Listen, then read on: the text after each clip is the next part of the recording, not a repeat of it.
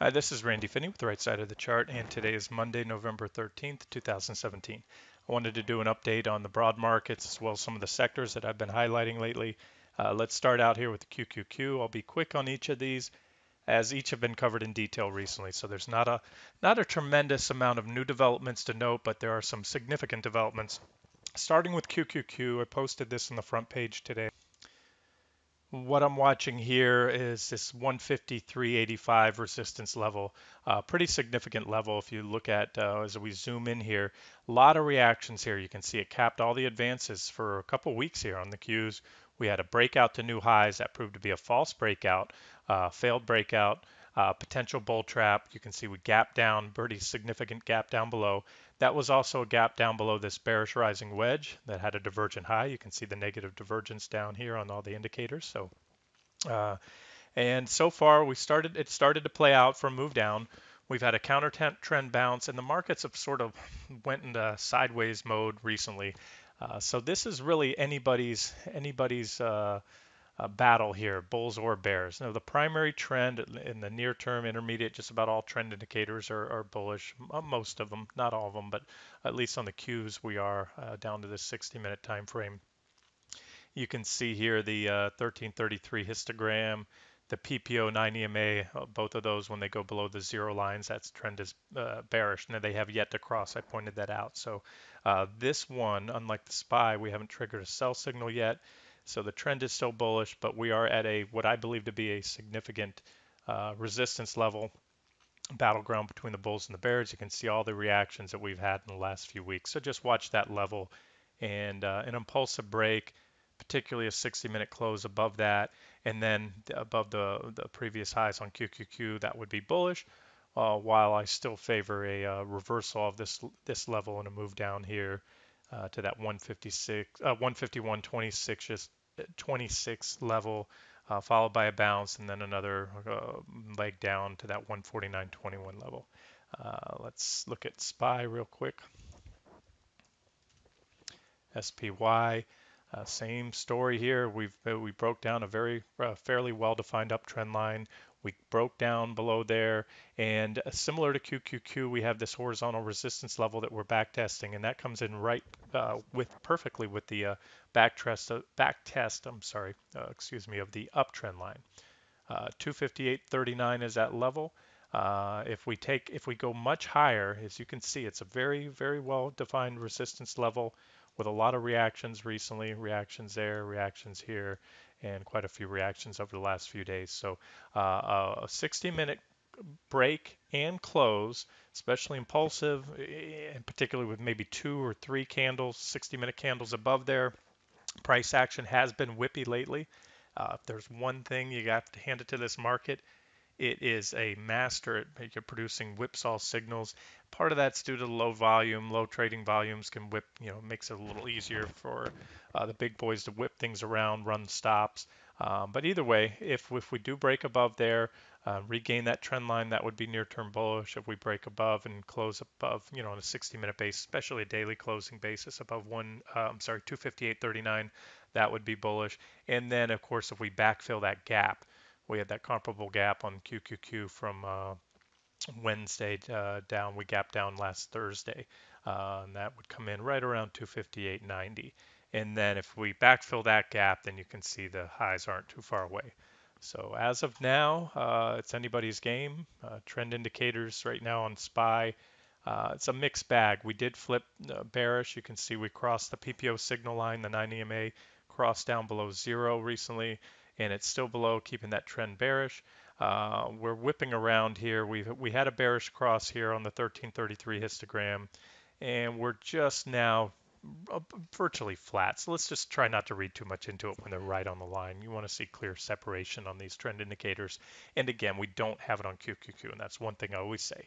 You've got to look at the large caps, both of them. You can look at the Dow if you want, but I focus on SPY and QQQ.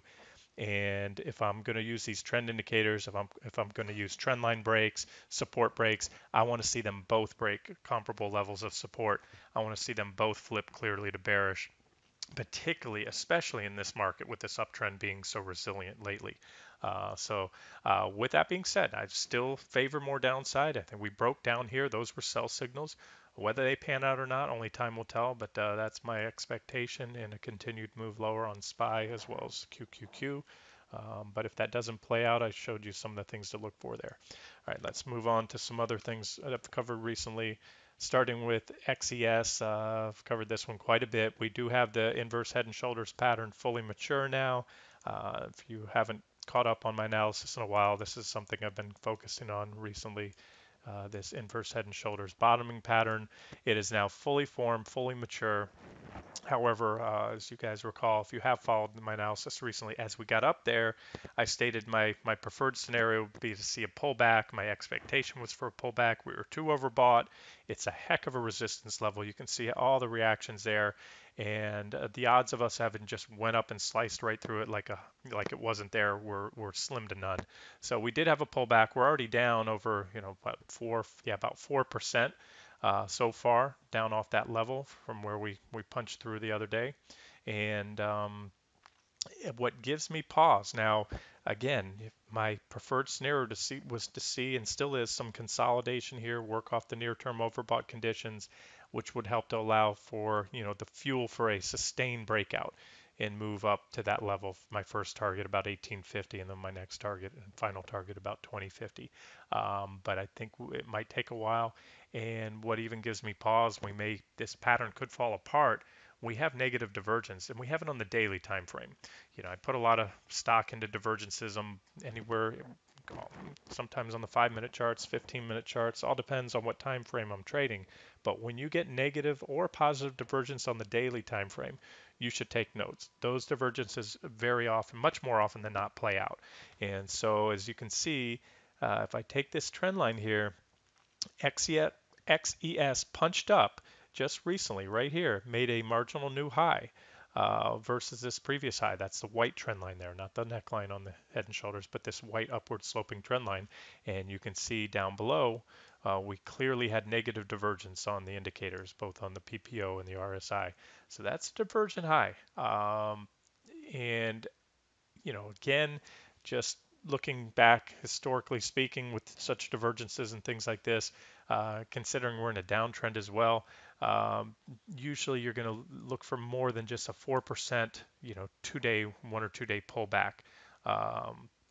Now, the bullish case, of course, would have those divergences burn through, would have this start to look like it start to play out, see a little consolidation here, a little more, and then boom, pop on through that inverse head and shoulders pattern, pop on through the neckline, and then burn through these divergences. I'd love to see it, but as of now, I'm standing aside this trade. I mentioned booking profits when we hit that level last week, and on the energy sector, I'd rather just stand aside and see how this plays out. But I'll continue to monitor it. And if you guys have any questions, of course, just shoot me a line in the trading room. XBI Biotechs, mentioned this one, covered it quite a bit recently. Here's that level I've been watching, 82.43-ish, we'll call it, because we've come down through it. In other words, you can put another line. We've had a few momentum overshoots, so you can really see it's a nice support zone right now. Support zone. We had a reaction back here. We had a reaction here at the bottom of the zone.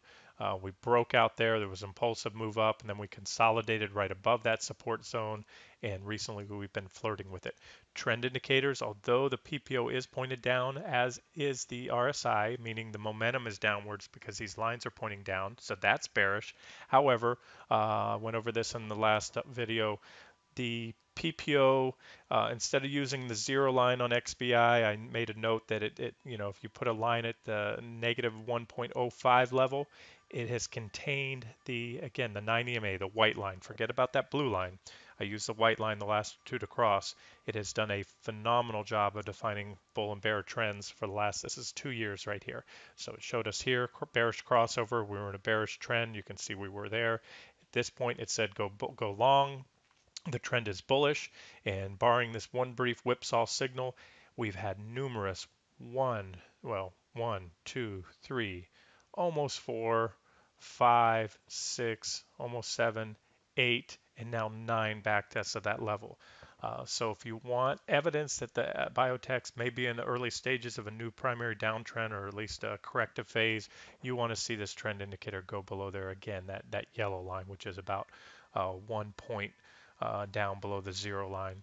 And you'll also, that would coincide with a break of this support level. Again, I put the heaviest weighting on support, much more than I do on this trend indicator. That's just going to confirm any type of trend there. So watch that level. And if we break it, I don't see really a whole lot in the way until about 74.50 is support. Somebody asked in the trading room today my thoughts on XBI, whether that was a buy. XBI is just another biotech ETF. It's the NASDAQ Biotech Index Fund ETF. And I said, you could certainly step in here since XBI was at support, as are a handful of the big biotech names, which I'll hit on in just a second. And there is some minor support here. Let me just take that line and move that for a second. That was an old resistance line. You can see this. See these reactions right here? So there's minor support, and we're at that level now. Trend indicator is below 0. That's bearish. Looks like it wants to make a bullish crossover. You can see it's starting to curl up. Hasn't made it yet, but if it does, that would be bullish. And yes, I'm giving you bullish, bearish, a lot of mixed signals. Here's a simple way to put it. The biotechs are at a pretty significant technical juncture. They need to reverse here and well, let's just see what happens. I'm sort of torn on this one, whether they will or won't. We're in a primary bull market, at least in the broad markets, biotechs, we've been in a bull trend for a while now. So you can certainly step in here and go long. I have to say that is objective. If you get the bullish crossover and if the PPO moves back above the 0 line, that'll be bullish. You can see here we're rarely overseen oversold levels with the RSI recently crossing down below 30. Last time we were oversold was right here. Obviously that proved to be a good buying opportunity right there. Before that, we were oversold here. Another great buying opportunity, as you can see. And you go back and we were oversold here. Again, another great buying opportunity. So the odds, or at least a lot of technical evidence is there to go along the biotechs, especially if you're willing to give it a little room. Like I said, I see maybe another, I called it the 304 level. That line's right at 303.36. I wouldn't wait till it got there. If you're bullish, you want to step in. You could scale in down here from 309.68 to where we're at, all the way down to about the 304 level. And after that, I wouldn't add much lower, and I'd stop out, somewhere over 303. But again, there's mixed signals there. It's another sector other than a few individual positions. I'm standing aside. And let me show you those big names I talked about. Here's Amgen at support, and if it's not clear, you can see the reactions, gap and a reaction, reactions there. So that's and a lot of reactions here recently. 107.44 is that level. Again, mixed signals on these indicators. The PPO is curling up, about poised to make a bullish crossover. Hasn't done so yet. We're also coming off oversold levels. And again, you can just do this on your own chart. Go back historically and look what happened every time you stepped in to buy when we hit oversold readings on the RSI. You can see it's worked well for you in the past. So mixed signals there. If that support breaks, we can become more oversold. Maybe we go in to put another divergent low over here, maybe some negative divergence. We come down to this next. This is another really, really solid support level down here that may come into play as well. A lot of reactions there. So there's Amgen. I'm just trying to point out that a lot of the big names are at support. Gilead, dual intersecting support levels there, oversold everything else that a lot of these other biotechs are at. Celgene hit that major support level recently. These last two, Gilead and Celgene, are official trade ideas. And then you have Biogen IDEC or Regeneron. That one, you can see a nice support level right now on that one. And it already bounced once. Now, here's the thing about that too. I would certainly expect, I did expect, and it certainly would have in any situation, at least a reaction off such a well-defined support level. But we already got that reaction, and we went right up to the next resistance level, that line that I had there. These lines were already in place, I believe, before any of these levels were hit. However, you can see the trend indicator is bearish, and it's moving lower. It's working its way down. About all you have going for this one other than at support is oversold, and sometimes that is enough. However, if this is a new bear market, you can see I've pointed out here in the past, and I've covered this, reaction high, that's what RH means, meaning this stock is in a clear downtrend because a downtrend is very simply defined as a stock making a series of of lower lows, which I just highlighted, and lower highs. I'm sorry, lower lows and lower highs. There it is. And that's what that is. You can see the reaction low and another reaction low and another reaction low today. So, uh, if this one breaks that support, that's your next target there.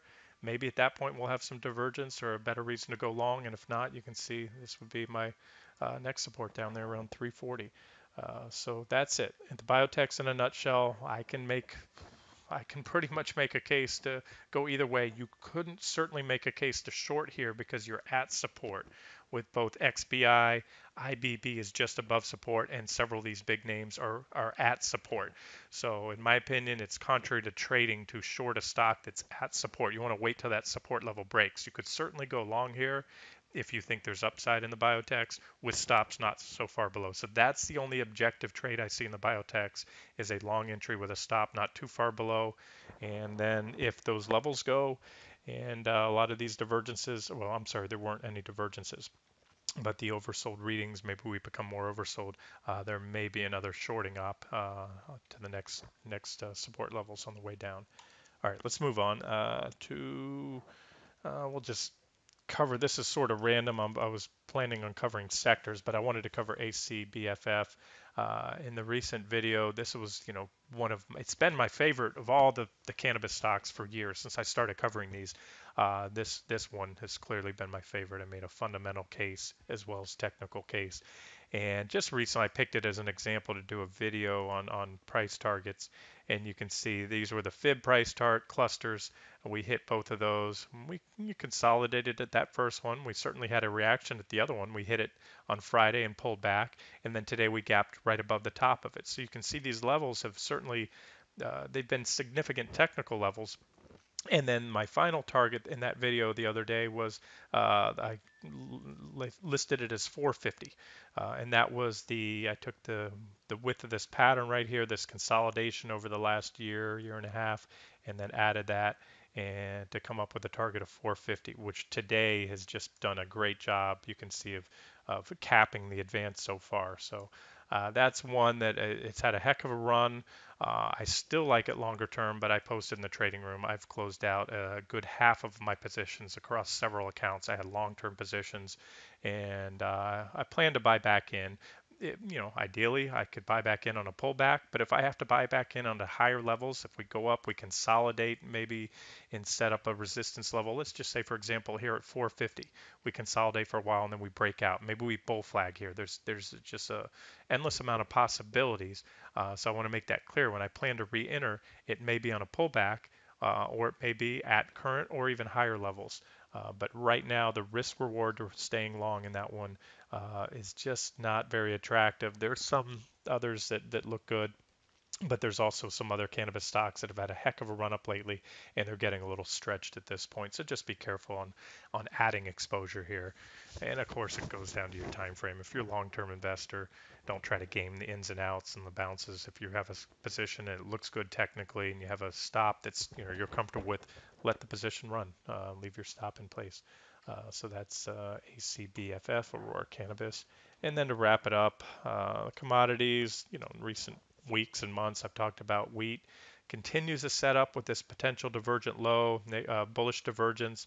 We still need to see that PPO cross above the zero line. Want to see that divergence confirmed up a little with a clear bullish crossover on the PPO and see it start to move up higher. That way we can say it's definitely put in a higher low. Right now, there's a potential maybe turn back down and this divergence could be negated. But so far, it's looking good.